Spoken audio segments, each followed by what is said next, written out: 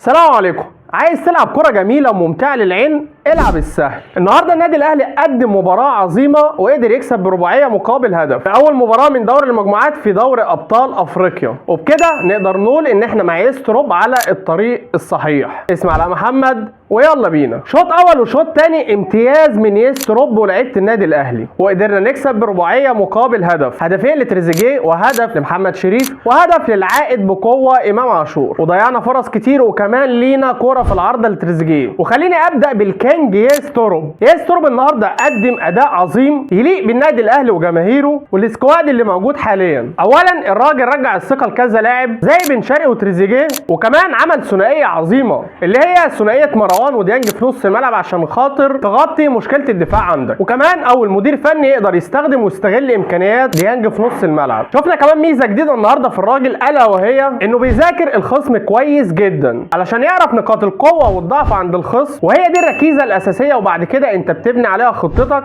وبتخليك مركز في الماتش وعارف امتى هتباغت الخصم وهتعمل متغيراتك خلال المباراه. وبرجع اكد للمره المليون، الاهلي محتاج تدعيمات كتيره ولكن على وجه السرعه وضروري حاليا دلوقتي باك شمال ومهاجم سوبر. رجل المباراه تريزيجيه سجل هدفين وعمل اسيست امام عاشور اللي سجل منه الهدف الرابع، وعمل مباراه كبيره. والاهم من ده كله ان تريزيجيه ما بيبخلش باي مجهود ونقطه عرق على الفريق، بس اعتاد عليه هو ان كل كوره ما بيفكرش غير انه يعملها ار2، والكوره يا تريزيجيه مش كده، وانت لاعب كبير وعارف ده كويس جدا. بكل بساطه الافضل اني العب الصح. الكوره لو محتاج انها تتشاط وعند الفرصه وعند الامكانيه مفيش مشكله شوطها، ولكن الاولويه دايما بتكون للجماعيه لان دي النسبه الاكبر اللي اقدر اسجل من خلالها هدف. وشفنا ده في كذا كوره لما بدا تريزيجيه انه يطلع كوكا في كام كوره. الجماعيه بتفرق جدا مع الفريق. نزل بقى العبء اللي انت حاطه على كتافك والعب براحتك والسهل، وساعتها هتكون النسخه اللي احنا منتظرينها واللي انت كمان عايزها. بن شرقي النهارده يا جماعه عمل مباراه يمكن افضل مباراه انا شفتها لبن شرقي. مفتاح لعب النهارده وعمل اكتر من كوره كانت فرصه محققه للتسجيل،